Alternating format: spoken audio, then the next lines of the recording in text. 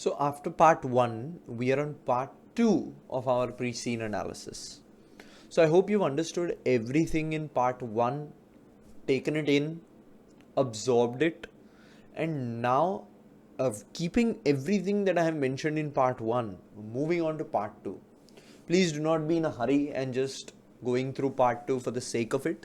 Part 2 is very important, as is part 1. So please pay attention to the industry analysis first, pre-scene analysis part 1, and now starting with part 2. Continue with your exercise of keeping a piece of paper where you list down the topics that I mentioned from E1, P1 and F1 relating to personal best. Whichever topics we feel are important, we are going to keep mentioning them. So you should have a list of those topics so that you can revise and focus on those areas, ensuring that you don't miss out on the vital revision aspects. So let's start. We were on the mission and the vision of the company. To have a quick recap of the mission and the vision, the mission is helping people achieve their best life. We also have a website where there is a vast PB community that we have developed. We are concerned about sustainability and investing in ethically and sustainably sourced ingredients. Suppliers, we have a close relationship with. They have been vital to our success. We dealt with all of this. Now continuing, the company has an aim to be carbon neutral within 4 years and is continually striving to improve its supply chain, manufacturing process and outward logistics to get closer to this, which means we want to be not affecting the environment in any ways in 4 years. So all the decisions that you make, everything that you suggest for your company will have to be one which is in line with this carbon neutral goal. So this will have to be at the center of our strategies. This means we are looking at new developments or innovations in our business, and modern manufacturing techniques will have to be looked at. This is like our vision, which means something that we want to achieve in the future. This is our comparative advantage because you want to be carbon neutral, you want to be sustainable, you can market around this. You can make this a marketing strategy and this is your comparative advantage. So you can use this also when you are writing case study style answers. Please remember, we are doing this detailed pre-scene analysis so that you understand the company first. Second, so that you have important topics of E1, P1 and F1 that you have to revise. And third, so that you can use these ideas in your mock question writing and eventually in the final exam as well. It's all about using these ideas and integrating it in your answers. So for example, any answer that you're writing, you can start by saying our aim is to be carbon neutral. That is why, blah, blah, blah. Then link it with the theme of the question. If you use these ideas as part of your answers, automatically your integration marks, your business skill marks increase. So all of these ideas that we are giving you are very important and you can use them. So that is why I say go through the pre-scene multiple times. You should have gone through the pre-scene document, at least this PDF document, at least 8 to 10 times before the exam. You should have gone through this entire video 2 to 3 times at least before your exam. That way you are not learning anything, but you will keep going through something in a repeated way and automatically those things will settle in your mind. Those ideas will settle in your mind. Just going through it once, you won't remember anything. You watch your favorite movie 2 times, 3 times, you remember the dialogues. It should be the same process with this pre-scene. Go through it twice, thrice, 4 times, read through it 8 times so that You remember what is, you remember everything about your company. Keep going through it. Don't sit and learn. Go through it multiple times. So for example, in the first few months of production, peanut butter was sourced from suppliers that imported from South America. But then we started to have this carbon neutral goal. So in 2018, PB began sourcing raw peanuts from a grower in Europe and now roasts and grinds these in-house to make its own peanut butter. So first peanut butter you used to buy it. Then you started making it in-house. So processes are being brought in-house to maintain quality and to meet our carbon neutral goal. So this showcases our quality credentials and the importance of the same. We already know our business is focusing on a niche and is focusing on quality. Next, the industry, the global market. So as part of the pre-scene, they have given you some industry background. They have given you some background of this protein supplements market. Those who have done my industry analysis already have a head start because you know the underlying theme of this industry, the strengths, the weaknesses of this industry. So that knowledge will supplement this knowledge. That is why I do my industry analysis first for my students. This is something that is part of the pre-scene, so we'll analyze it naturally. So until recently, protein powders and related products were confined to a relatively niche market, generally male weightlifters and bodybuilders. However, medical reports linking sugar and other beige carbohydrates to weight increase have revolutionized thinking about weight loss, which means this market is opening up. It's not only for male weightlifters, it's for everybody who wants a protein intake, and protein is becoming very important. People are realizing the importance of protein. We already know this from the industry analysis that this is a growing market. So this has given rise to the concept of the keto diet, a way of eating that combines very low carbohydrates and high proteins and high fat foods in order to send a body into ketosis. This is where fat is being burnt. So this is a very big market with new opportunities every day. We must look at evolving and growing market segments as well. I have spoken about this in the industry analysis.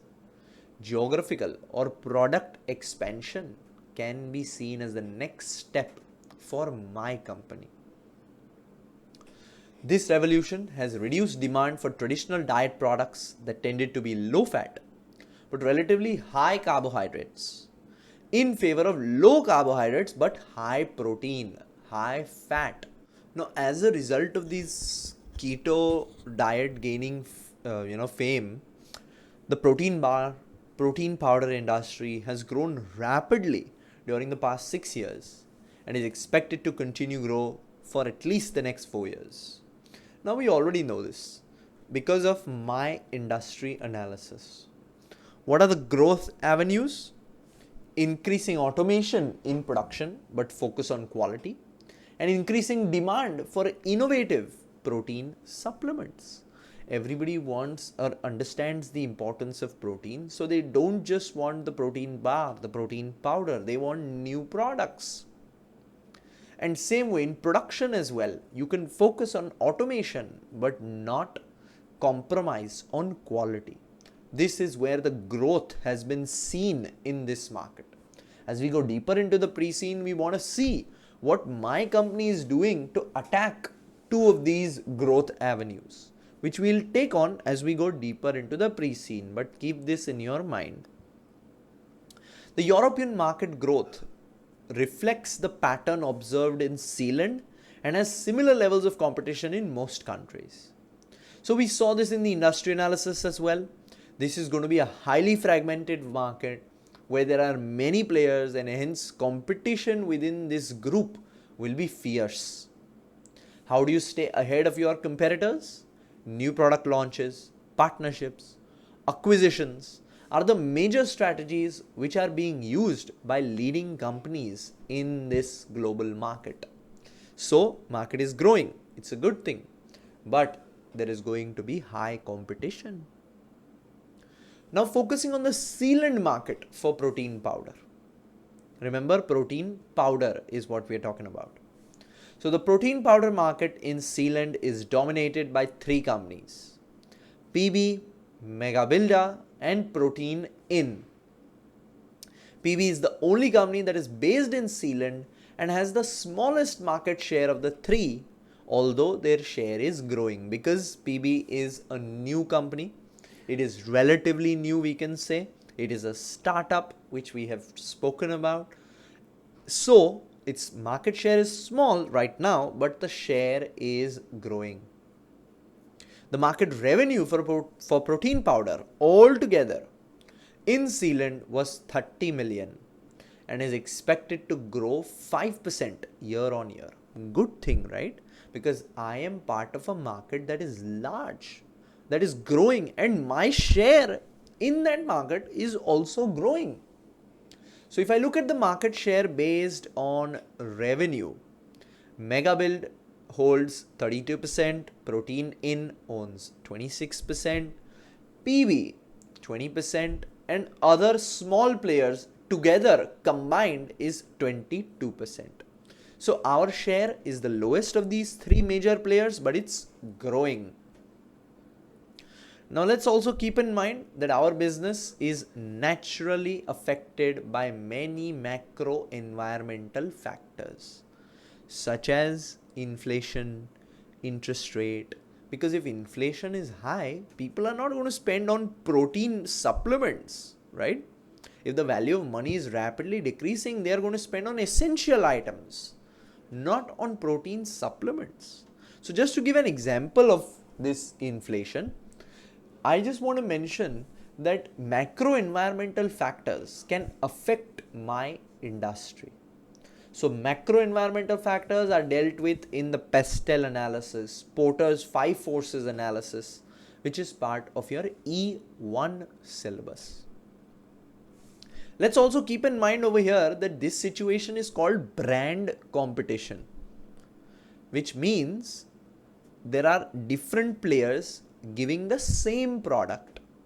So Megabuilder, Protein In, PB, they're selling all protein powders. What's the difference? The difference is the brand. The difference is the marketing technique. Difference is how the niche is focused on. Otherwise, everybody is giving protein powders, right? So brand competition can be defined as the rivalry between companies offering a similar line of products to the same market, to the same audience, with the goal to have a higher market share, increased revenues, and huge profits. So over here, Megabuilder, Protein In, PB, all of them are focusing on sealant. All of them are focusing on protein powder. What's the difference? The difference is the brand. So it's called brand competition, and that is why branding, brand management, goodwill management, differentiating your competitive advantages becomes very, very important. Because why should I choose PB rather than Protein In? I should choose PB because we are a sustainable company, because we want to be carbon neutral in the future, because our quality is good.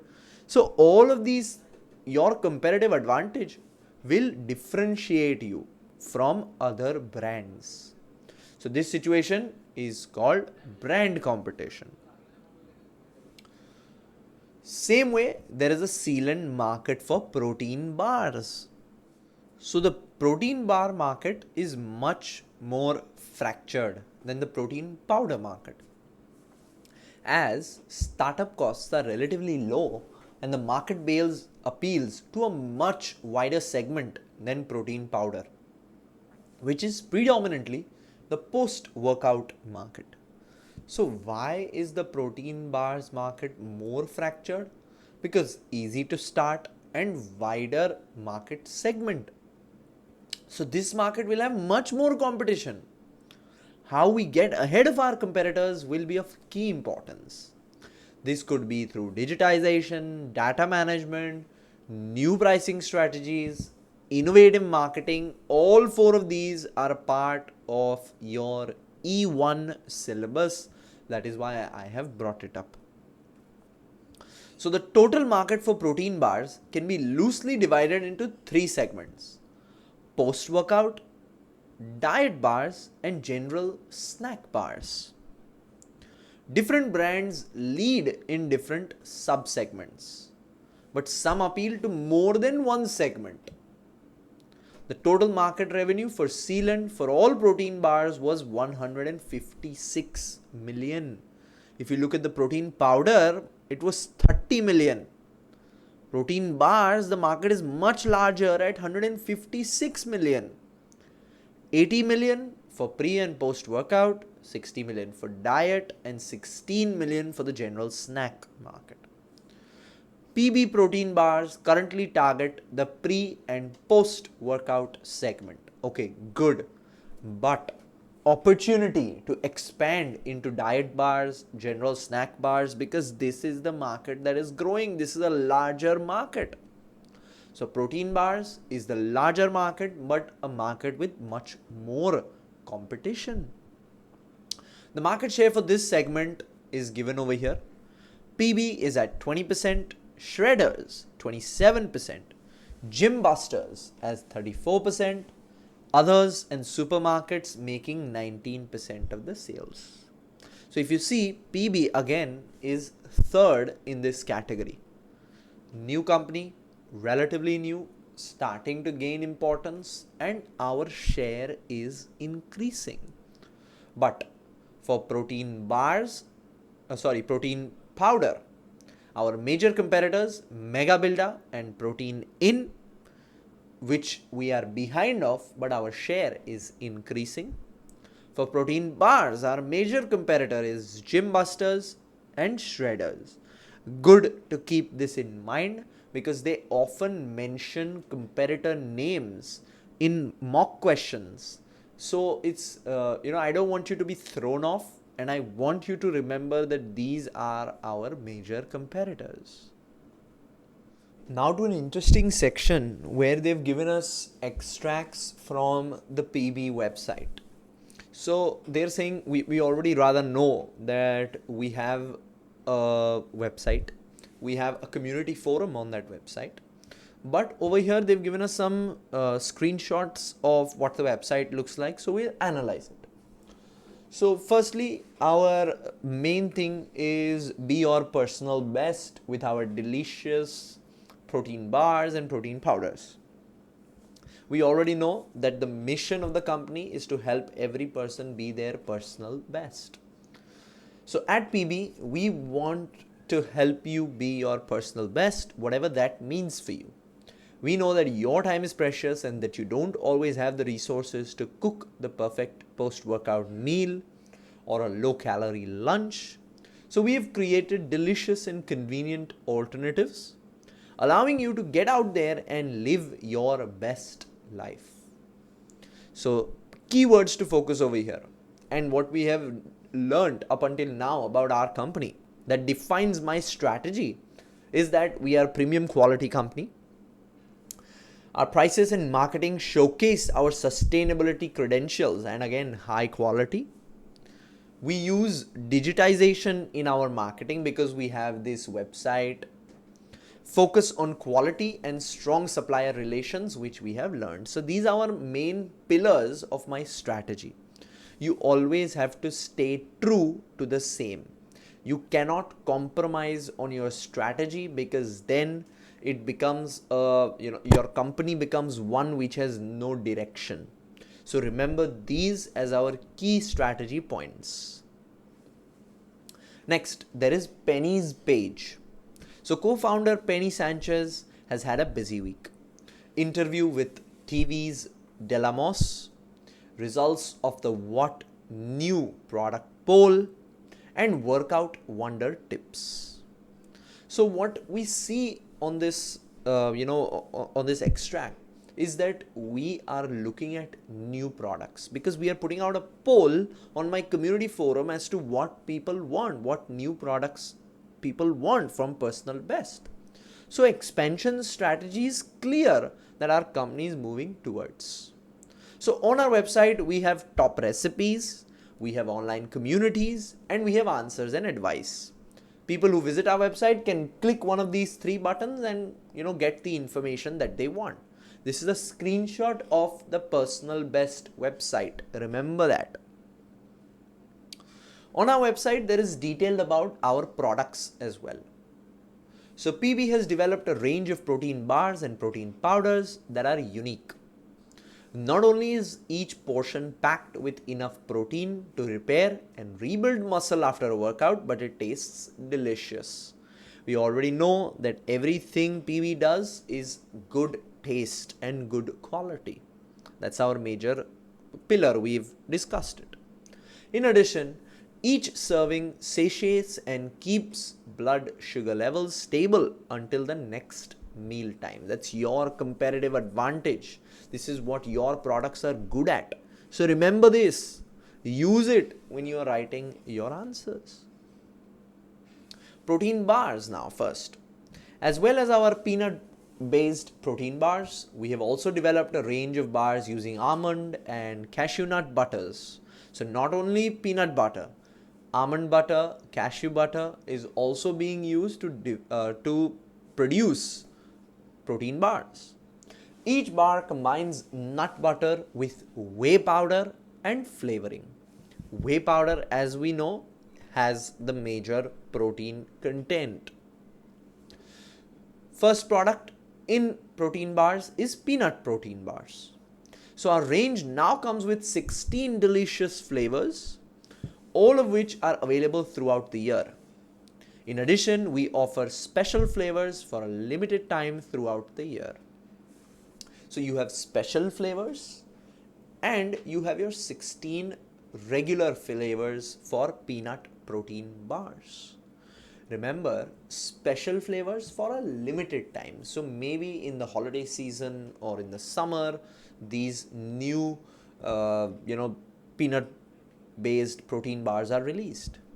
This means that in those months, your sales will be higher. Because special flavors, everybody wants to try it, so your sales will be higher. So seasonal variations and focusing your attention on key business periods is vital for my business.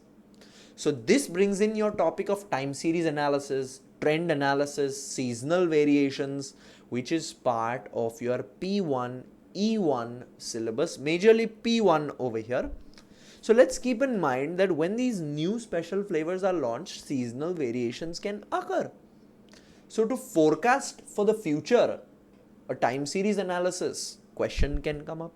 We'll be practicing a time series analysis question in my mock questions naturally, but it's important to know this concept. It's important to have revised this concept. What does time series mean? What does a trend mean? What does seasonal variation mean? You should know this. So we make our own peanut butter in-house using locally sourced peanuts. Remember this, because to reduce the carbon footprint, you are making it in-house. A question that's coming to my mind is, are we using single sourcing supplier strategies over here or multiple sourcing strategies? Are we buying our locally sourced peanuts from one person, from 2 people? No detail has been given over here. So let's just keep in mind the benefits of single sourcing, the disadvantages of single sourcing, benefits of multiple sourcing, disadvantages of multiple sourcing. This is common, natural knowledge. It's important to make sure that you inquire with yourself. Single sourcing advantages, disadvantages, multiple sourcing advantages, disadvantages at this stage. So pause this video, ask yourself couple advantages, couple disadvantages in your own words. Keep this in mind and then move on. So you have your peanut protein bars, then you have almond protein bars and cashew protein bars. Both types of bars are available throughout the year in 12 sensational flavors. These bars have a soft creamy texture. In 2022, our Blackberry Blast flavor won the prestigious Sports Nutrition Bar Award. This is your comparative advantage. Your bars are getting recognized. Your flavors are getting recognized. They are popular. Our bars are sold through gyms and other leading retailers as individual bars or in pack of 10s, as well as through our website. So we have three major sales channels: gyms, retailers, website. Now, can we look at developing a mobile app? A lot of companies are doing that, right? It's so much more easier to open the app and download the app and then place your order. So the concept of digital costing can be considered here if a mobile app is opened because of our online stores and shopping apps. So firstly, digital costing P1. Because of our online stores and shopping apps, we will have huge volumes of customer data. People are registering on our online forums. We must ensure that all of this information is gathered, stored, and then worked upon. If you're not using this information, not using this data, how does it help? So the data gathered from our customer conversations, dealership conversations, website forums has to be gathered and then analyzed to increase my sales, to serve my customers in a better way. This is big data management, E1 syllabus. So three major sales channels. The concept of a mobile app can be an exam question where digital costing comes in, and big data importance is also given to you over here. Same way for protein powder contain the same high nutritional content as other leading brands. They taste entirely different. So you are competing on taste. PB's protein powder mix easily with water or milk and have none of the gritty or the chalky residue that other brands have.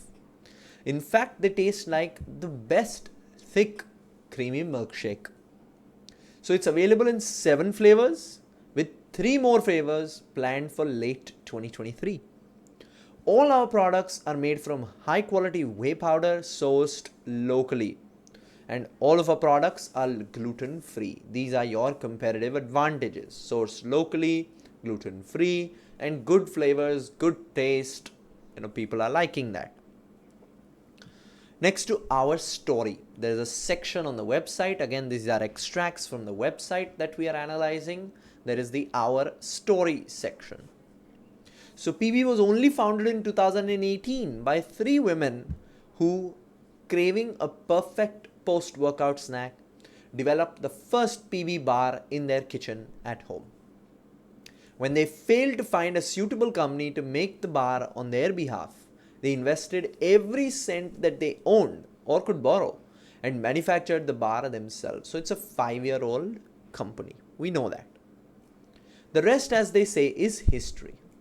All 3 founders are dedicated to their products and work full-time at PB now. We've already discussed this in brief at the beginning, but this has been mentioned over here again as part of the website extract. Now, very, very important is we will be dealing with the nature of the founders of this company. Why is it important? To know the founders means their mindset, knowing their mindset, and knowing what they are good at, what their experience is, because that will define the company. These 3 founders are the ones who are leading the company. So their background, their experience, their thought process is the one that will shape the company. So the first thing why we analyze the founders is because, like I said, to understand what their mindset, qualification, experience is. But secondly, it is a very good opportunity for students to gain marks. Because you can use the name of founders, you can use the background of the founders in your answer to again, in your mock answers and in the final exam as well, to again increase your business skill, integration marks. For example, the managing director is Hema Bhatt. So while you are writing your answer, you can start your answer, or you can end your answer by saying, because Hema has a competitive sports history, let's take her input on what supplements we should include or what protein powder flavors we can come up with. For example, I'm saying this is just an example that came to my mind. So when you end your answer that way, or you organically use Hema's name in your answer or any other director's name in your answer, it is going to give you integrative marks. It's going to give you business skill marks. So Hema represented Sealand in the 64 kg weightlifting category in the 2012 Olympic Games. She qualified as a mechanical design engineer in 2013 and worked in this role for various companies until 2018. So she is a mechanical design engineer. When she gave everything up to work full-time at PB, Hema used her engineering skills to upgrade the second-hand manufacturing machinery to produce the first PB bar and has since found practical solutions to many different business problems. So it's very clear that she has a competitive sports history and hence will know what protein supplements one needs, and her thoughts or knowledge can give shape to the products of our company. She has a mechanical engineer degree and roughly 5 years of work experience, so she knows how manufacturing machines and setups work. She's developed the first PB bar by herself, right? So anything related to production, machine acquisition, upgrade is within her skill set, and her knowledge will be of great use for a growth oriented company like ours.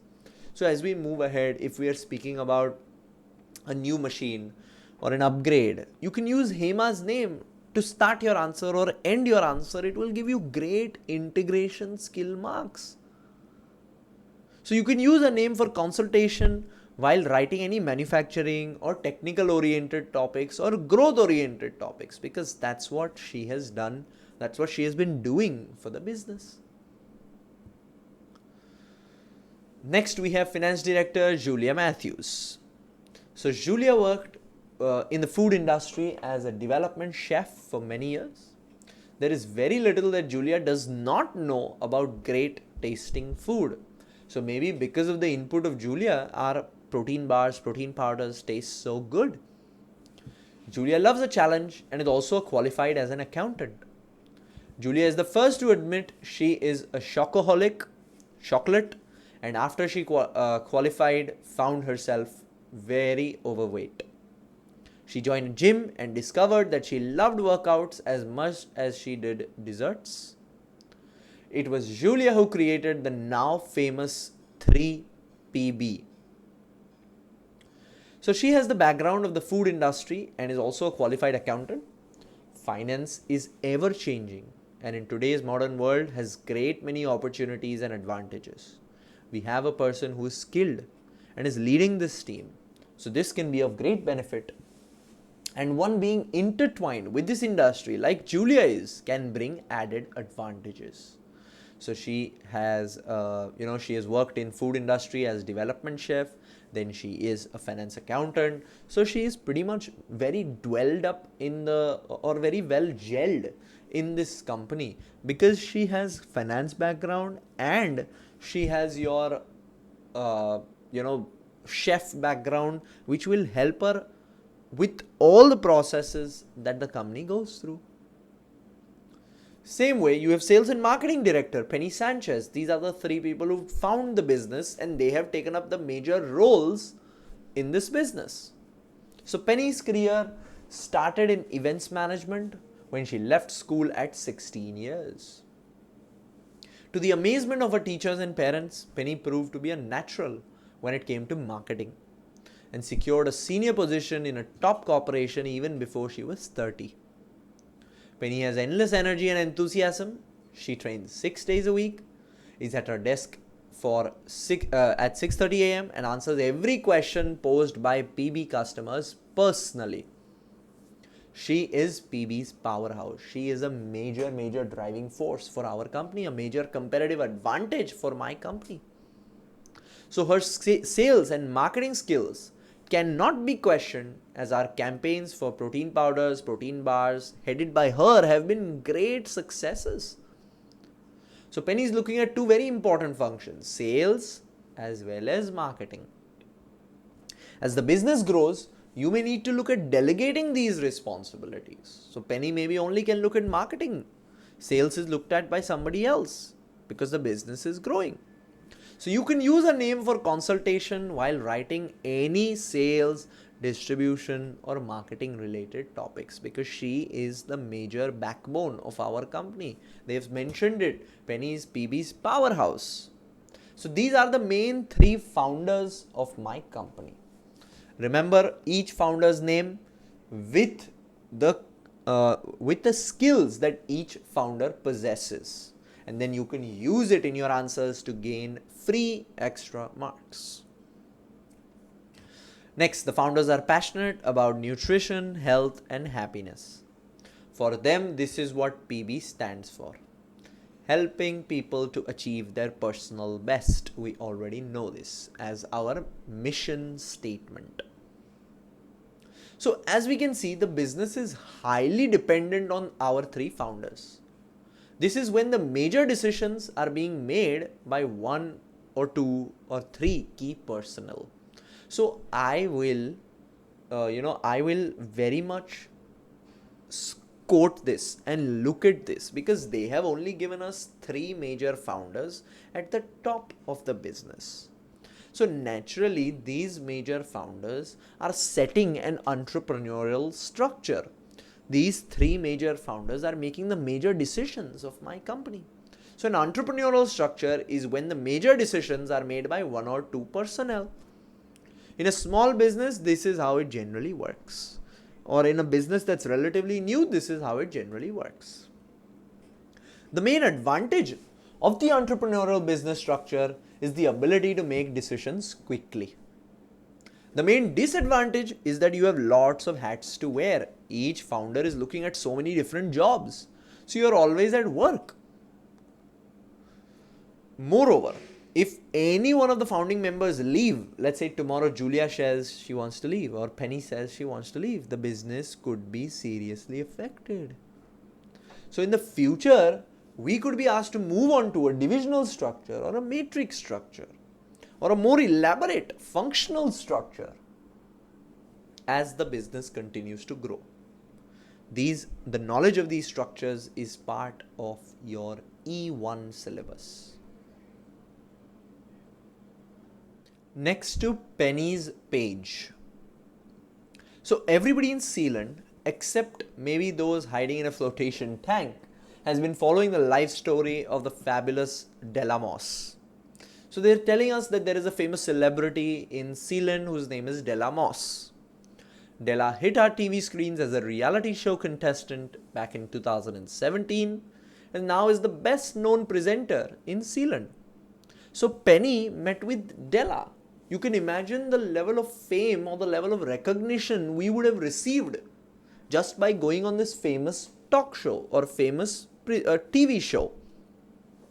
So I met with Della this week to ask her how she manages to exercise during her grueling filming schedule and how she managed to maintain her weight loss. Famously, Della lost 30 kgs after winning Personality Shines. So it turns out that Della is a huge PB fan and that she lost weight using our original 3 PB, personal bests, peanut butter bar protein bar, as a replacement for meals. So Della, who is a famous person, has been using the 3 PB protein bar as a replacement for meals. So this came as a great marketing strategy for us. So she raves about our products as a post-workout must-haves. Regularly has a PB protein powder as a breakfast shake and has a few incredible PB recipes too.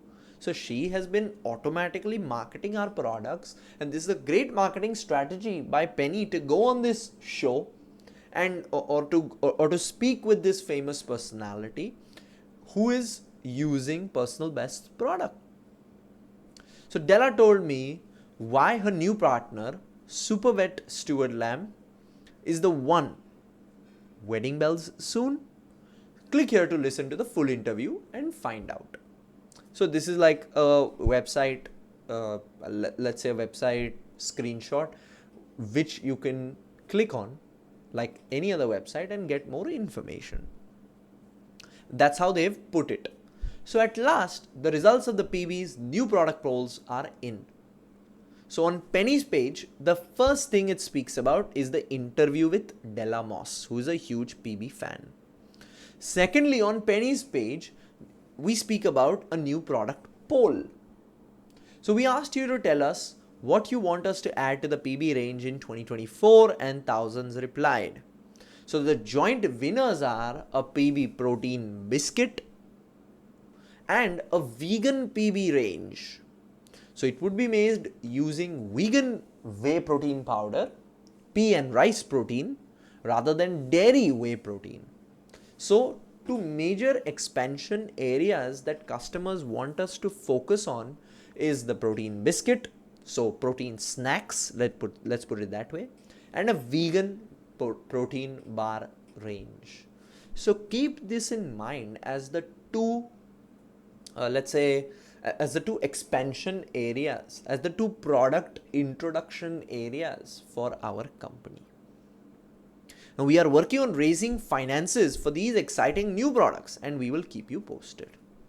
So keep in mind as our company is looking to expand its operations and raise finance, questions revolving around capacity planning and further cash management need to be spoken about. So capacity planning, part of your P1 syllabus. Cash management, part of your F1 syllabus. Your cash flows and understanding how cash to be managed will be key.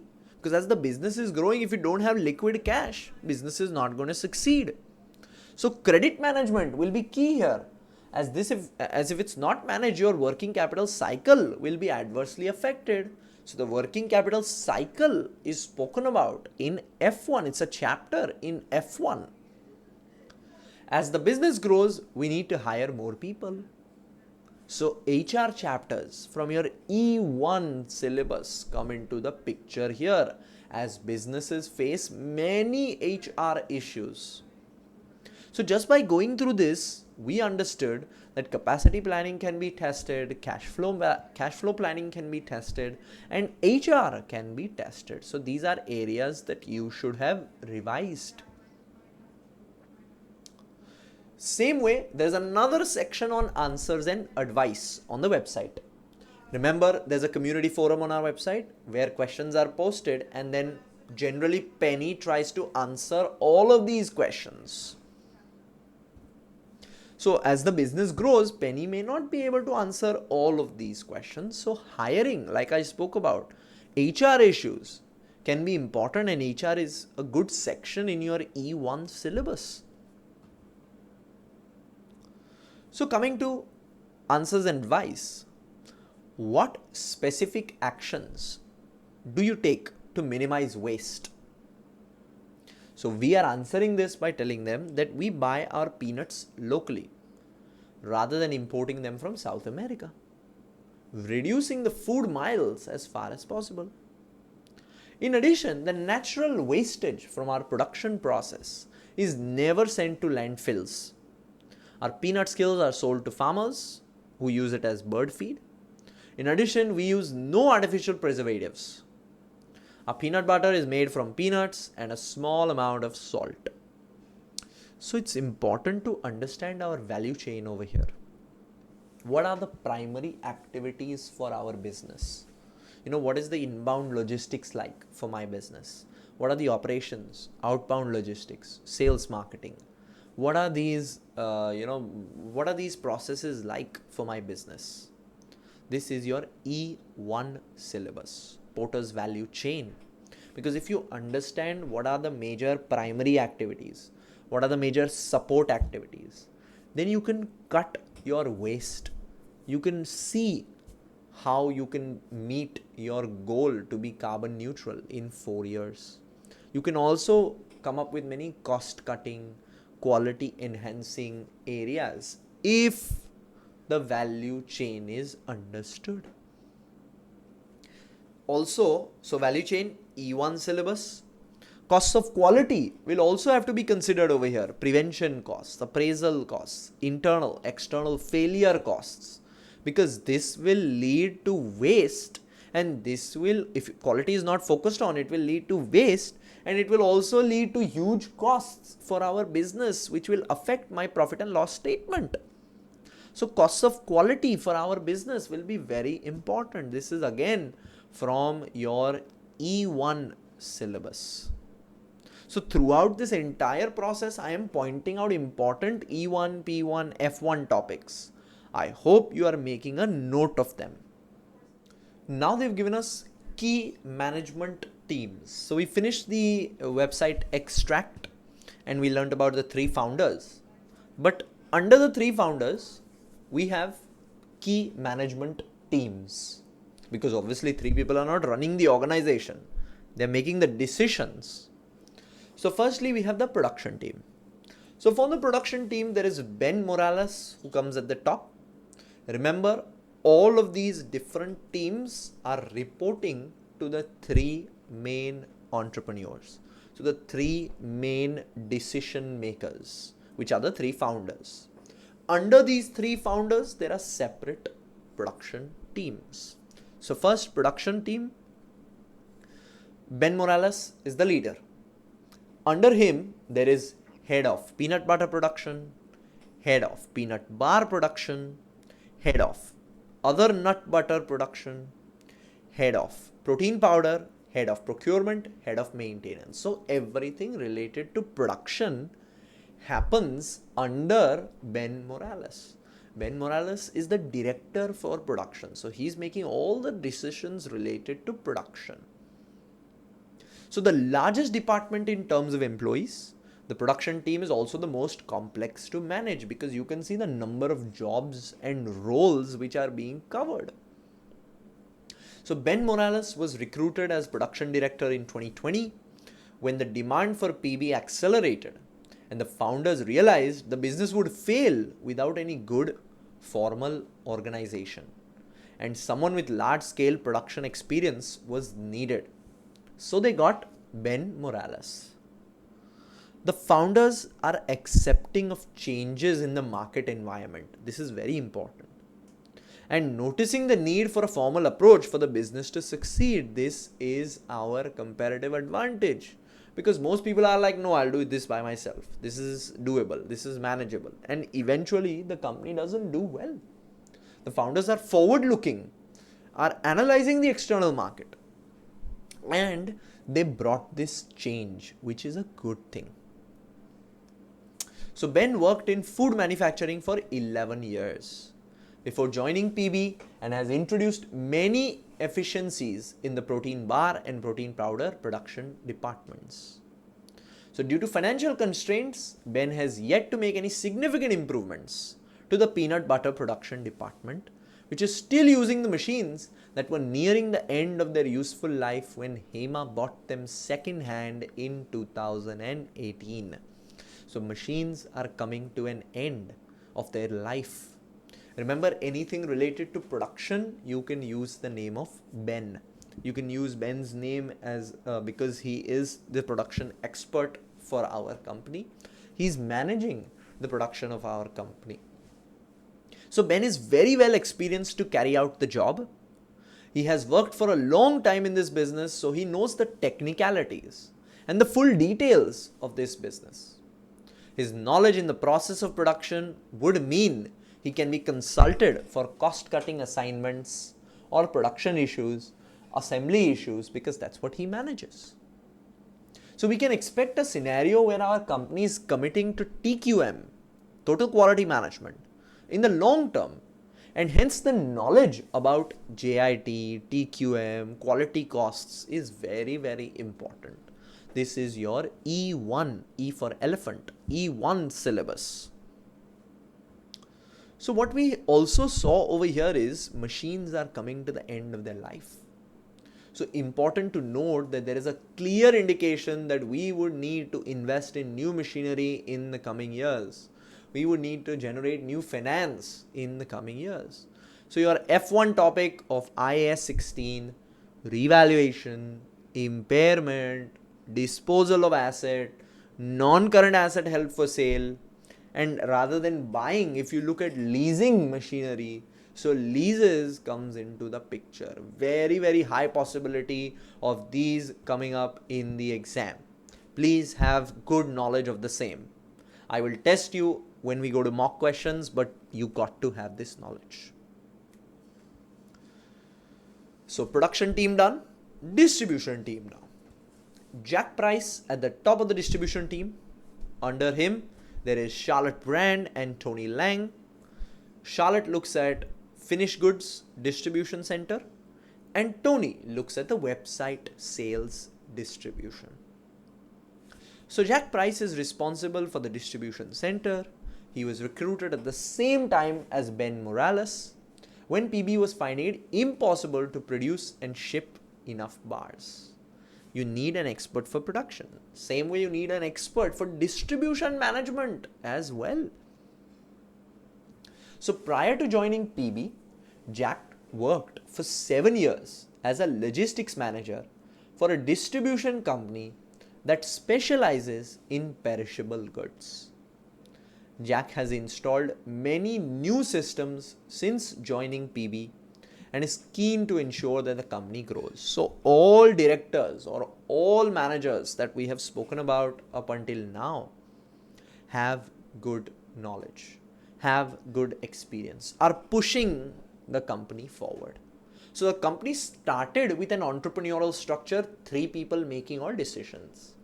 In 2020, the company realized that, okay, I need to have formal planning, formal layouts. So it appointed new directors such as production director, distribution director that we have spoken about. Next, we have finance. So we have finance director Julia Matthews, which we already know. She is one of the original founders. Under that, we have finance manager Akida Agu. And under that, we have finance officers, which is your role. So although Julia Matthews is very hands-on and remains quite closely involved in the day-to-day finances, Akida Agu is responsible for most of the management accounting information. So your liaison will be more with Akida Agu because you as a finance officer are also involved in management accounting roles or jobs. Now, all of these departments that we saw, there is a clear evidence of a functional structure or a move to a functional structure that has taken place. Because different department heads looking at their own departments. So Penny looking at sales and marketing. You have Jack who is looking at Jack Price looking at distribution. You have Ben who is looking at production. You have Julia who's looking at finance. So everybody has their own department and they specialize in their department. So it's a functional structure that I can start to see. For sales and marketing as well, there is Penny at the top. For retail, we have Cameron Grace, and for website, we have Gemma Fields. So the sales and marketing employees work extremely closely as a team and are always finding new ways to promote PB. So team management throughout the organization is a major resource, and good that we have understood the importance of a collaborative approach. Relationship management with clients is also key. So this will bring in the importance to manage different stakeholder groups, since they will be important players for our business cycle. This brings in the topic of stakeholder management. So team management, stakeholder management from your E1 syllabus become important here. So important to note here is that we do not have any HR function or IT function. For a business or an industry that is heavily dependent on website sales, this does seem like a way forward. So in the future, you can have an IT director who's looking at all the IT functions within your organization, HR director who's looking at HR in your organization, but that is not currently seen. So I have pointed it out for you. So currently we have a functional structure is what we can see over here. Generally recommended for small sized organizations who work in a stable environment. The benefits have been listed and the limitations have been listed. But as we know, our business is growing. Our business is moving forward. So in the future, we could be asked to move to a divisional structure or a matrix structure, which I already mentioned. So knowledge of the same is important from your E1 syllabus. So whatever we have done, let us make a quick overview. So we have Hema, who looks at all aspects of the business because she is the managing director. Second, we have Julia, who deals with finance. Third, we have Ben, who deals with production and is very well experienced. We have Penny, who deals with sales and marketing. She has used her knowledge and experience to increase our sales and is the powerhouse of the business. We have Jack, who deals with distribution. So these 5 director informations we have been given. Under each director, there are departments that they look at. So it's currently a functional structure that we have. Now, all of these are executive directors, remember, who are taking part in the day-to-day of the business. No information has been given about non-executive directors. Now, in our F1 syllabus, we have studied the topic of corporate governance, where there must be equal number of executives and non-executives. But this rule is for listed companies, companies listed on the stock exchange. But our company Personal Best is currently not listed on the stock exchange, which means that our company does not need to adhere to the corporate governance guidelines. But as we grow, as we expand, this is something that we should look at. This is something that we should pay attention to because this is good practice, because this is best practice. So this is your E1 syllabus of corporate governance. That is why I have brought it up. That is why I have taken it up as a discussion also. Next segment is extract from the employee induction manual. So if a new employee joins my business today, this is the induction manual that I will give to that employee. Let's see what is covered in this induction manual. The first thing that is covered is overview of the manufacturing process. So what is the manufacturing process of our company? Again, very important to understand the manufacturing process of my company because, for example, they can give a question like the shelled, raw, dried peanuts, which we use in our peanut butter manufacturing process, travel through a hot air roaster. This oven is now spoilt. We need to buy a new replacement machine. Now, if you don't know the peanut butter processing or manufacturing process, or if you don't know that a hot air roaster is used in this process, then at that time when you are reading the question, you are bound to feel blank because you don't know the functions, you don't know the manufacturing process of your own company.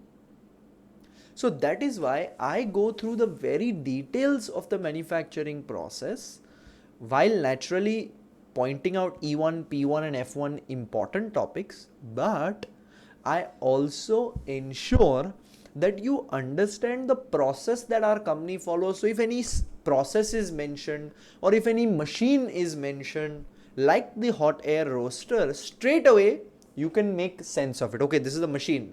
So machine has to be replaced. Let's look at IS 16, for example. If you know it's a machine, If you know the process, you can relate in a better way. So don't overlook this, that okay, this is manufacturing process, not too much important for me to understand my company. No, it is very important, very vital. That is why I'm going through it with you. So when I overview my manufacturing process, the first thing is introduction. We have 4 manufacturing areas: peanut butter production, the 3PB peanut butter bar production, other nut bar production, so almond and cashew bar production, and protein powder production. 4 manufacturing areas. 3 are related, or rather 2 are related to the protein bar. 1 is related to the protein peanut butter, only, and 1 to the protein powder. We'll deal with each one by one because there are 4 manufacturing areas. Naturally, there will be 4 manufacturing processes that we are going to go through. First one. So we have step 1 for the peanut butter manufacturing process. So in this process, shelled, raw, dried peanuts travel through a hot air roaster which is heated at 200 degrees. The peanuts are agitated continuously to ensure even roasting. So the first thing is you roast your peanuts, which have been locally sourced. Although we believe that minimal processing is healthiest, this process releases the natural nut oil that we need for our PB bars. So this is a vital, important process. Remember, major costs of manufacturing businesses like ours will be the cost of bought-in ingredients, which in this case will be the cost of buying in the peanuts.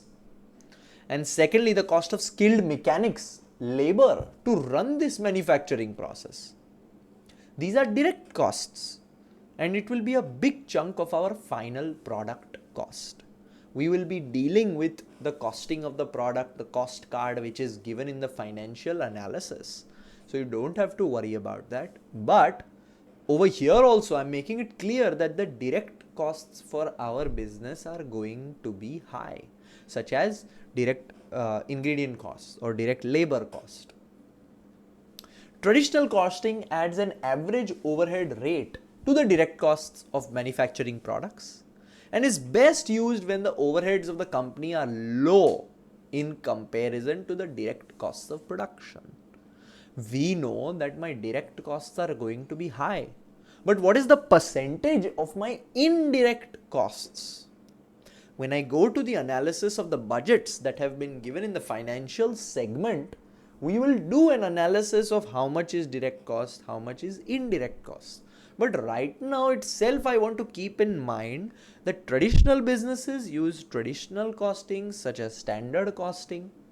But activity-based costing identifies all of the specific overhead operations related to the manufacture of each product.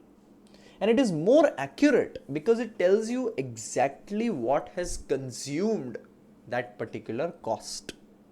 So the difference between absorption costing, marginal costing, activity-based costing is a very, very common topic in the exam.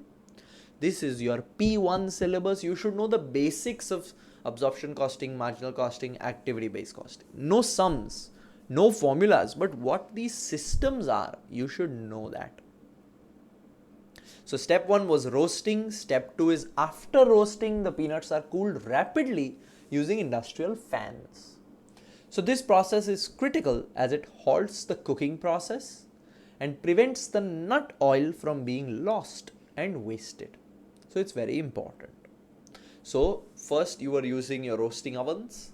Second step, you are using industrial fans. Third, when cooled, the peanuts go through a blanching machine. So you're using a blanching machine also. This removes the outer skin by rubbing the peanuts between rubber belts. So you rub the peanuts, the outer shells are split. It also splits the kernels and removes the bitter tasting heart of the peanut. So you'll see a lot of the processes are automated. So we can see the use of machines throughout the process. Remember, machines are old and worn out, so the upkeep costs, inspection costs will be high. Otherwise, quality costs will be damaging for the business. These machines are old, remember that. Step 4 is the peanuts are added to a grinder where they are ground into a paste. So grinder is also used. All of our PB bars use peanut butter with the same texture. So at this stage, we add sea salt. The finished peanut butter is removed from the grinder where it is stored in tubs until needed in the PB protein bar manufacturing process. So this is the peanut butter manufacturing process which you are doing in-house. After this, you have protein bar manufacturing process. Protein bar also needs to be manufactured, right? So although the peanut bars are made in a different part of the facility to the nut bars. Remember, you have your peanut bars, you have almond bars, cashew bars. So almond bars, cashew bars, different part of the facility, peanut bars, different part. The manufacturing process is identical. So this shows that there are different manufacturing and different assembly lines. This can reduce inefficiencies because you're not doing one thing on one machine. You have different parts or different areas where it's being done. But it can increase your maintenance costs. So we will try to understand the bottleneck processes of our company as we go deeper into the pre-scene. Let's see what the bottlenecks are.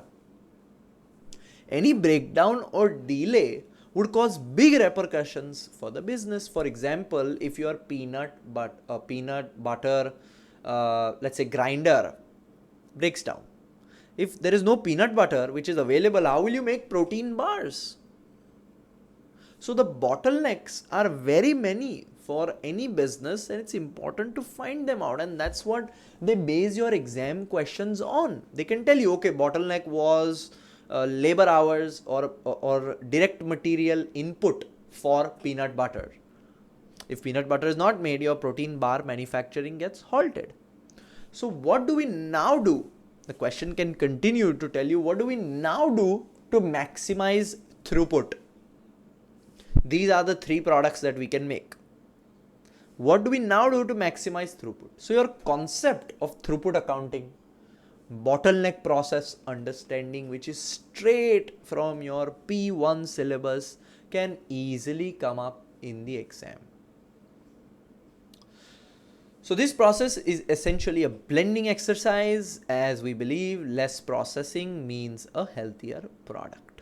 We already know that. Step 1, weighing. Ingredients for a specific recipe are weighed and added to mixing bowls. Production of each different flavor bar is determined by a weekly production plan. After weighing, after you've weighed out everything, you mix. So the mixing bowls containing the ingredients are attached to the mixing machine, another machine being used. Some recipes require a longer mixing time and others require the additional ingredients are added during the mixing process. While the mixing is going on, you add your fruit, for example. So since we are speaking about specifically weighing specific mixes, your raw material variances, mix variances can be tested here. So this brings in the possibilities of testing very many different variances from your P1 syllabus. Remember, they will never ask you to calculate a variance. They will give you the variance. They will tell you that, for example, your sales mix variance or material mix variance, for example, is this much adverse. What does this mean? So the meaning of the variance, why the variance occurs, how the variance occurs, the reasons for the variance occurring, all of these are common exam questions which can come up. You should be ready with the knowledge. You should be ready with that particular understanding. So your P1 variance is very important. Third is extrusion. Third step. The bar mix is transferred to a hopper and extruded onto a conveyor belt, put onto a conveyor belt in continuous bar lengths. So 1 bar gap, 1 bar gap. Further along the belt, the continuous length bars pass through a cooling unit before being cut. So one continuous bar comes onto the conveyor belt, it's cooled and then it's cut. Fourth is packaging. The individual bars continue on the conveyor belt before being encased in a multi-layered metallized film. The film contains the PB logo, bar flavor and nutritional information. The individually wrapped bars are then placed manually. So this is the manual process coming in over here. Up until now, there was no manual involvement, which has been clearly mentioned. But over here, it's mentioned that in the packaging, there is manual involvement. So your labor variances can come in the picture. This is your protein bar manufacturing process. Third, you have protein powder manufacturing process. Now the protein powder manufacturing process is less complicated. First, again, you have weighing. Each flavor of protein powder has a recipe that requires dried ingredients to be weighed in exact quantities. Once weighed, step 2 is blending. The tubs of weighed ingredients are emptied into a sieve in a specific order and pass into a container in the blending machine. The sieve helps to break the ingredients down, making them easier to blend. The blending machine then rotates the container long enough to ensure the ingredients are fully homogenized, which means you cannot identify different ingredients. Everything will be, in your powder form. The blending machine container is detached and then sealed. So throughout the process, there is a high cost of quality. If there is a lapse in your quality, there will be huge losses for the business. So your cost of quality, E1 syllabus becomes very important here. Step 3, filling. The container is moved to the filling station where a tube is connected to link it to the filling hopper. Open pouches travel along the conveyor belt beneath the filling hopper. So an appropriate weight of protein powder is automatically put in those pouches. Finally, the pouches are heat sealed. Then comes packaging. Each pouch has a PB logo, flavor, and nutritional information printed on it. The pouches continue to the end of the conveyor belt where they are packed into boxes of 20 ready for retail. So sold as boxes of 20. Each box will have 20 pouches. Now let's think, are we producing for inventory or based on order? An opportunity to implement JIT and TQM modern manufacturing techniques can be considered because we already have good relationship with suppliers, which they have told us earlier in the pre-scene. And nowhere is there a mention of using JIT or TQM. So an opportunity to implement JIT and TQM for a modern business like ours can be seen, can be noticed over here. So these are our manufacturing processes. Now to other information about companies' operations. This is another heading that we are going through. So first, production facility. All PB products are manufactured at the company's single production facility. There is only one big facility under which your 3 different production lines are there. Peanut butter, peanut protein bars, other nut bars and protein powders in that same production facility are made in different locations. There are different machines.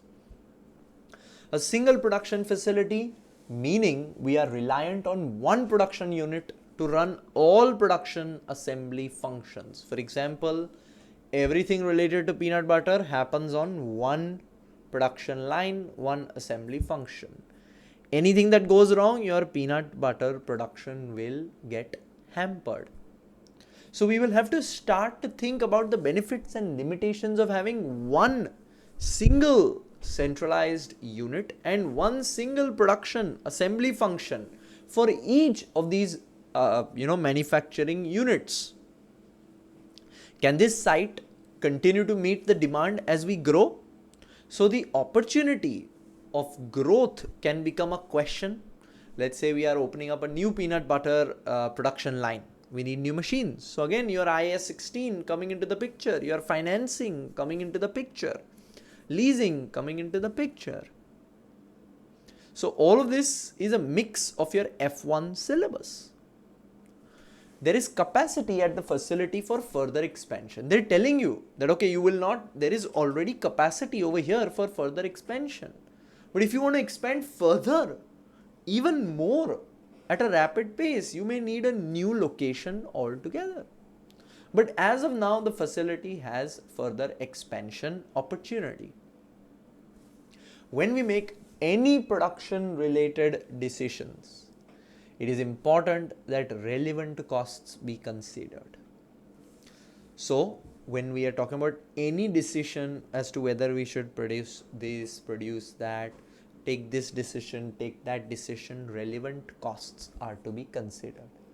Relevant costing is part of your P1 syllabus.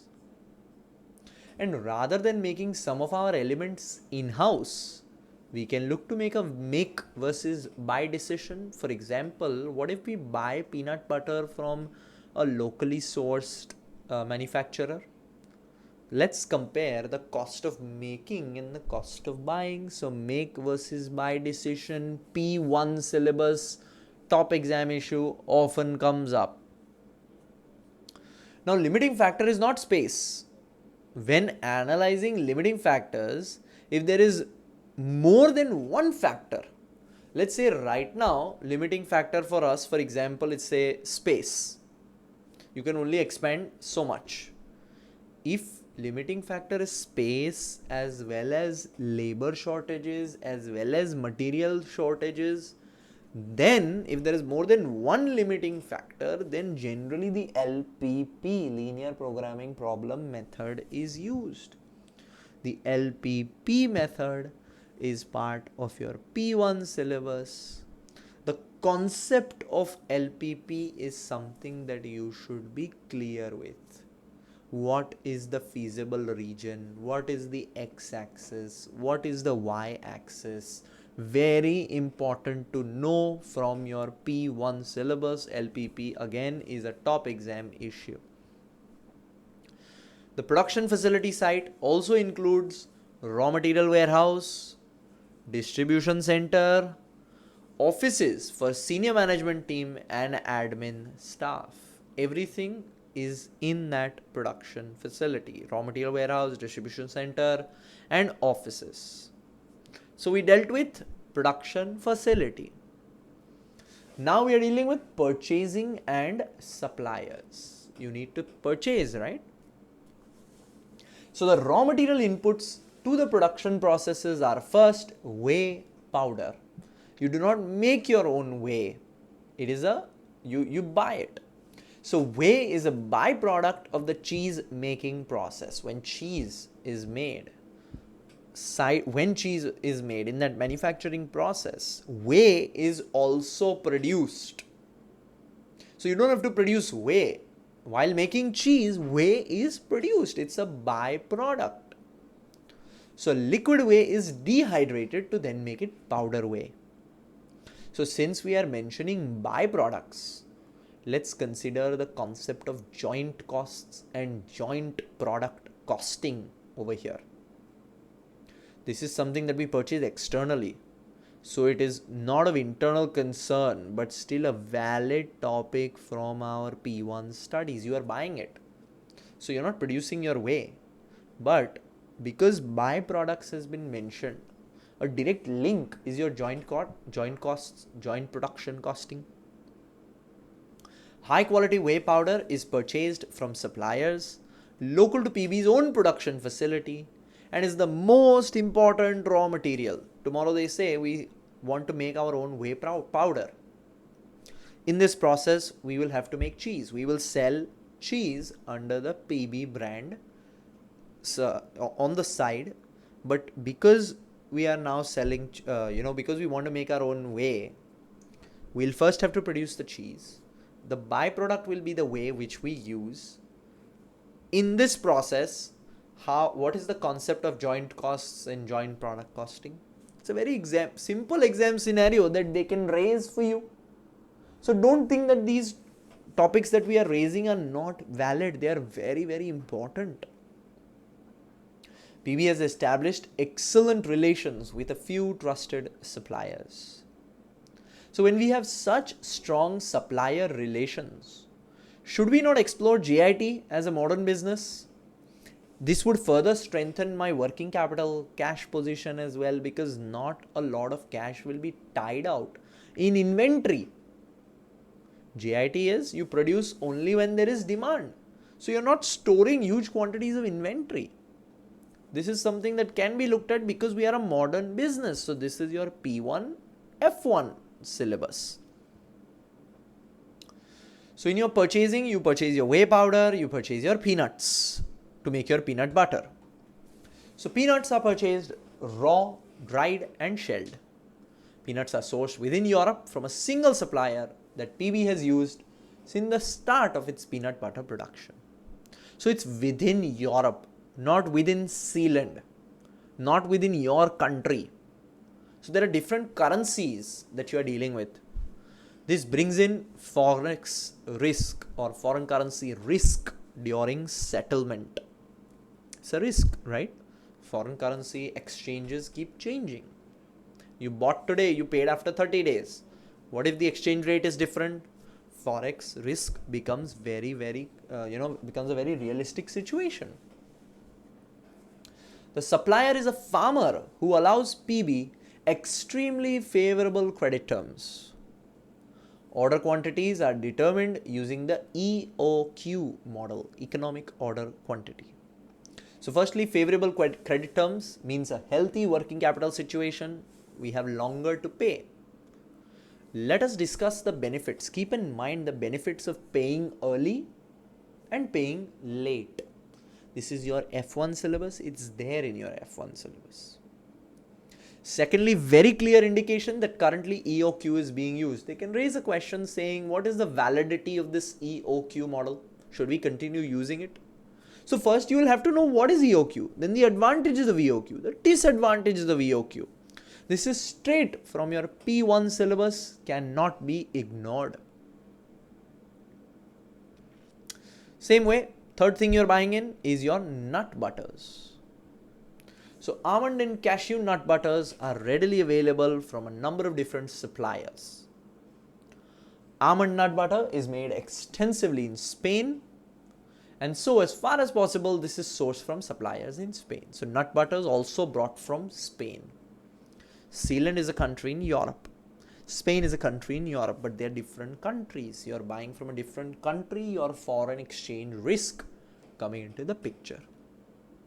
Cashew nut butter and the remaining almond nut butter has to be imported from South America and Asia. So remember, this is also something that in the future they can tell you that we are also making these other nut butters in-house, because we have to reduce our carbon footprint. In 4 years, we want to be carbon neutral. This is the whole reason why your peanut butter is being made in-house. So in the future, there can be an exam scenario where other nut butters are also made in-house, because currently they're being imported from far away. So PB buys nut butter in bulk to take advantages of volume discounts. So the pros and cons of storing inventory again have to be kept in mind over here, because this affects your working capital situation. Lots of money tied in your inventory, in your stock, means you can't use that cash anywhere else. So working capital issues and the pros and cons of storing large inventory need to be kept in mind. We also buy protein powder flavoring. So this flavoring is a highly technical mix created in a lab. Developing and batch replicating the right powder to mix with the whey is more chemistry than creative cooking. And this is entrusted to a single company. This is very important to get right. So purchasing decisions involve risk-related decision making. Because anytime you are purchasing, how much quantity to purchase, how much quantity to use, what order to place, how much inventory to store, these all is a risk-based decision. So this brings in your concept of expected values, standard deviation, coefficient of variation, payoff tables, and they will never ask you to do any calculation. They'll tell you, okay, this is the table, this is the EV, this is the standard deviation, this is the coefficient of variation. You tell me what it means. So the meaning, the explanation, the theory is what they'll ask you. This is straight from your P1 syllabus. Stress testing and decision tree related decision making are also valid when making such important buying or input decisions. So stress tests, decision trees, they can give you an entire decision tree and they'll tell you, what does this decision tree mean? The person who created it is on leave. Explain the decision tree. So you'll have to explain it box by box, circle by circle. P1 syllabus straight away. Julia Matthews worked for this company when she left university. So could be an ethics issue here. Have we given the contract because Julia Matthews worked for this company, or is this company really good? So ethics could be an issue here because this is a critical component. Because I'm talking of ethics, this is in your F1 syllabus and I have brought it up for you. We also buy in other raw material. So stevia, sucralose, soluble corn fiber, sea salt, erythritol, dried berries, and other flavorings are purchased from a large number of suppliers via comparative tenders. These let's say are regular inputs which you can get from the market. So what we doing as a company is we are putting out we are giving the opportunity for a supplier to put in their best tenders, the best price that they can offer, and then we choose the supplier. So where possible, longer life raw materials are bought in bulk to take advantage of volume discounts. Okay. We also buying packaging and accessories. All wrappers, pouches and retail boxes are customized to include PB's logos and design. These products are an important part of the brand identity, and care is taken to ensure that the quality is right. The more general packaging, scoops and stationery are sourced based on the lowest price. So again, for raw materials and for packaging and accessories, we are choosing based on price. Okay, because these are regular products, these are regularly available in the market.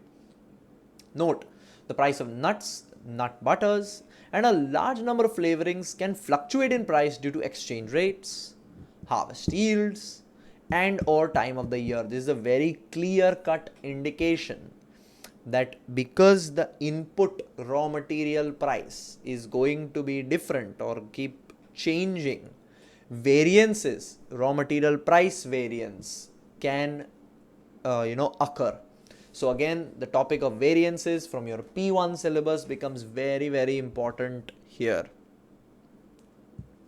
PB's credit payment periods range from 30 to 75 days. So long credit periods means we have more cash on hand and can use it for other business operations. Keep in mind trade payables management from your working capital concept F1 syllabus. Events after the reporting date and their accounting can also be tested over here. This is also an IS 10 in your F1 syllabus. So how this can be tested, I will tell you when we go to, I'll show it to you when we do our mocks, but I'm giving you a hint that it can come up over here itself. Next, we have sales markets and sales channels. So PB currently sells its products via selected retailers in Zealand and direct to customers in Zealand through its own website. So we sell our products, selected retailers and direct to customers through the website. Two major distribution channels, we know that. App development and hence digital costing, advantages and disadvantages and how it can work can be a real exam scenario issue which we need to keep in mind. So what we should focus on over here is that when, because you are selling through your website, a very realistic development can be launching an app. The company does not currently sell any of its products outside of Zealand. Why? Is this a capacity issue? Or is this because we are a small company and still developing in Zealand? If it's a capacity issue, then capacity planning needs to be looked at, because we know that this market is growing. This market has good opportunity. There are growth aspects. Capacity planning is already spoken about and it's part of our P1 syllabus. At present, PB does not have a physical presence in any country except Zealand. Now there can be a situation where you start manufacturing, let's say in Spain, where your nut butters come from, and then you import it to Zealand and sell it in Zealand. It happens, right? So this can be a situation that comes up, and to analyze this particular decision, you may need to do a cost volume profit analysis, like look at break-even charts or profit volume charts or contribution charts or multi-product break-even charts to understand a foreign market or to understand the implications of setting up this new facility. So this becomes part of your P1 syllabus. Remember, it's very common for them to give us a profit volume chart or a break-even chart. They'll give you the chart. Then they'll ask you to explain that particular chart. So it's very clear that knowledge of the same will be required. A team of sales managers has recently been sent to Milan, a large European country, significant distance from Zealand. So it's far away from Zealand, with a view to expanding the PB brand presence there. So yes, we are already looking at expansion. This team will be headed by a divisional manager responsible for generating profit in Milan. Very clear indication being given to us over here that there can be a change to a geographical based divisional structure. Zealand is one structure. Milan will become one structure. Under Milan, there will be a different production director, marketing director, sales director, finance director. That's what they are saying, right? The team will be headed by a divisional manager. So change to geographical based divisional structure is what is being mentioned here. Correct KPI setting, correct indicators, and maintaining culture within the organization will be very, very important. This is part of your E1 syllabus. The intention is to rent a small distribution center that will be fully operational from 1st January 2024. So, very clear indication that Milan is a realistic probability that we are looking at. But when we are renting a small distribution center, is it a long-term lease? Your lease concept comes into the picture here. Since expansion is being looked at, it's a different country now, there will be different taxes, different tax policies. This is in your F1 syllabus, that is why I am mentioning it.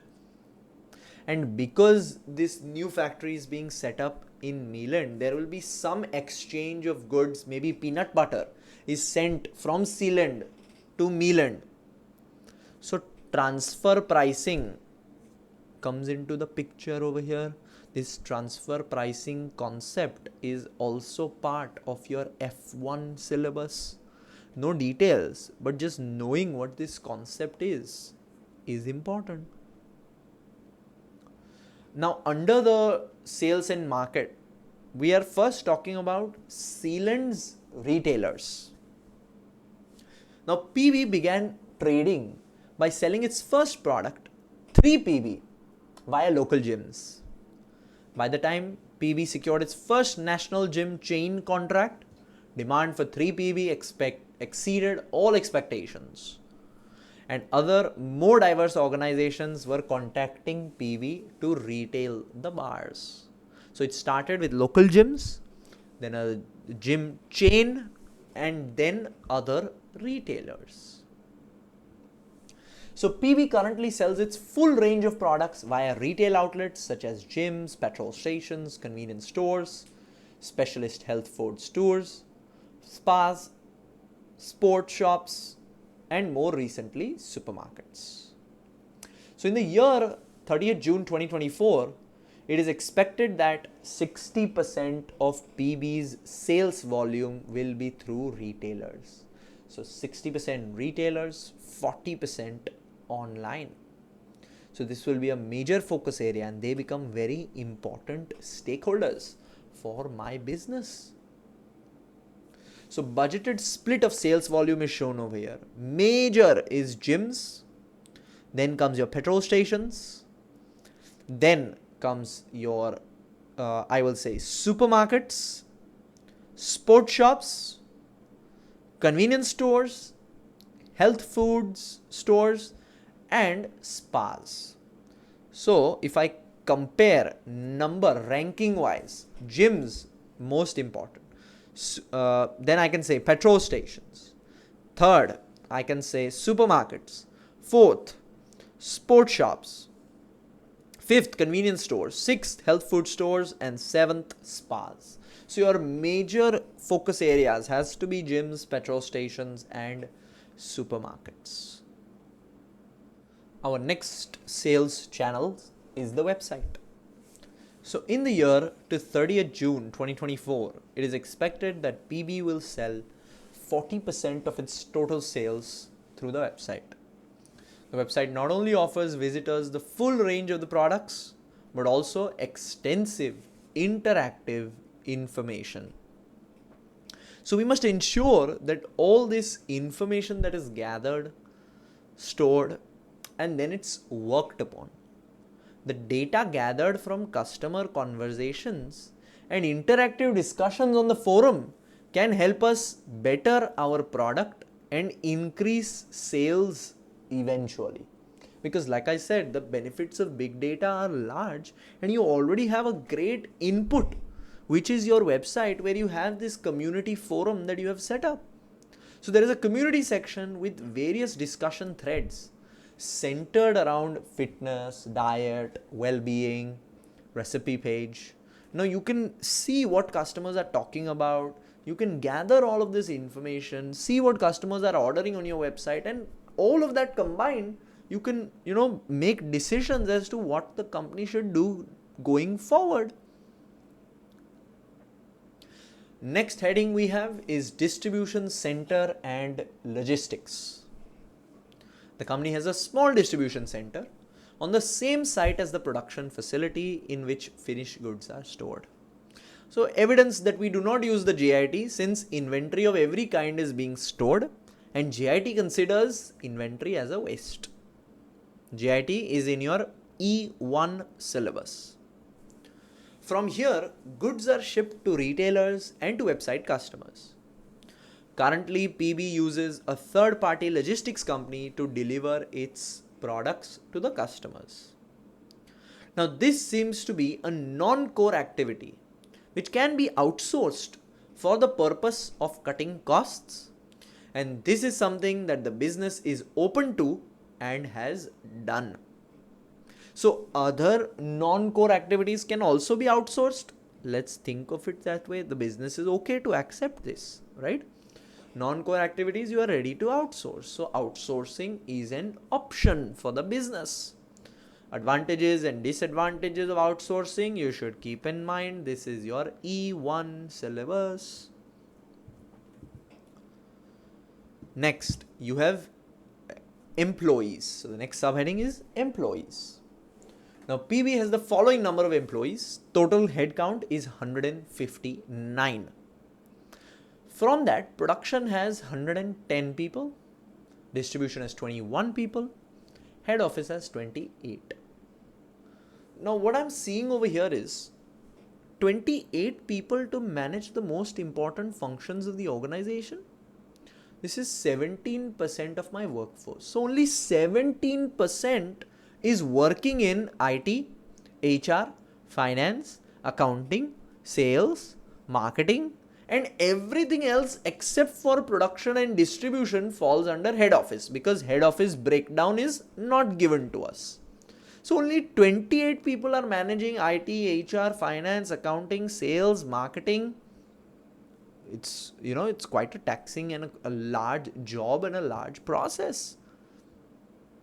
So IT is ever growing in this digital world, and with website management in line with our development strategy, further IT improvements will be on the cards. So you might need an IT team. Similarly, innovative marketing and HR techniques are being promoted. If staff is under unrealistic pressure, they will not be able to perform well. The demands and the nature of the finance function is also changing. If unrealistic workloads are implemented, it will not be to the long-term success of our company. So overall, what I am seeing is the head office has scope for expansion with addition of a new IT department or a new HR department because of the nature of our company. Next heading we have is standard costing and budgets. So over here, they are telling us that the company operates a standard absorption costing system using departmental overhead absorption rates based on either direct labor hours or machine hours. So what I'm thinking is, firstly, you should have knowledge of absorption costing, marginal costing, activity-based costing, which is in your P1 syllabus. But what they often do in the exam scenario is they will ask you what happens if we move from absorption to marginal or absorption to activity-based costing. So for a big company like ours, which is progressive in its thinking and produces many different kinds of products and different variants, we have so many different flavors. A robust costing system is important. A standard absorption costing has its flaws, and this is where your P1 syllabus comes into play.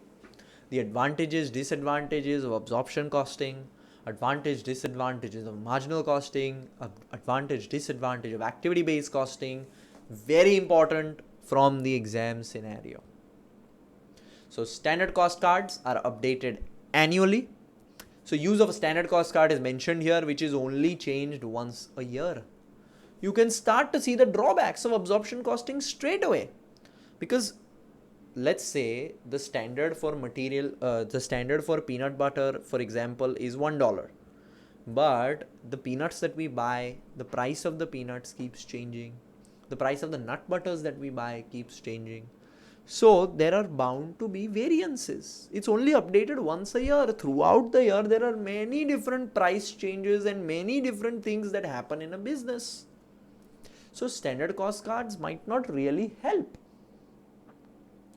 Standard cost cards are used for the purposes of valuing inventory, also naturally. And so let's look at why do we need to review standard cost cards. Your standard materials will differ from actual results. Your material cost will differ from actual results. Your quantity will differ. Labor quantity, labor hours will differ. Labor cost will differ, because the standard is a standard. It's not necessary that you will meet the standards, and over the year many different things change. So you can see the drawbacks of absorption costing right here. Then they tell us that budgets are prepared annually on an incremental basis. So the incremental budgeting system is being followed, which means you take last year's budget, you add a percentage to it, keeping in mind this year's cost changes and whatever you have planned for the year, and the same budget you keep using. Naturally, it has advantages, disadvantages. You should keep in mind the different budgeting systems over here. Most commonly used is the zero-based budgeting, and the best method is the zero-based budgeting method. There can be activity-based budgeting as well. So these you need to keep in mind. Currently, a feedback system and an incremental budgeting system is being used. From your P1 syllabus, different budgeting systems and their benefits and drawbacks, you have to keep in mind. Although many new operational managers have been recruited in the past 2 years, they have limited involvement in budget setting. So, limited involvement in budget setting exists, which means there is a top-down approach. The entrepreneurs or the people who started the business are making the major decisions. Everybody else has to follow the same. So this would not seem to be very beneficial in today's modern and dynamic business environment. On the other hand, there is a participated approach because we have new managers who are ready to push the business forward. So it's called the bottom-down approach, where everybody sits together, it's agreed by the top level and then implemented. There are advantages and disadvantages of both methods, top-down and bottom-down. You should know them. At present, Julia Matthews sets the budgets for all departments. Like I said, it's a top-down budget. And she has done so since PB was formed. But the business has grown, it's moved forward. So maybe it needs a bottom-down approach. Let's keep this in mind.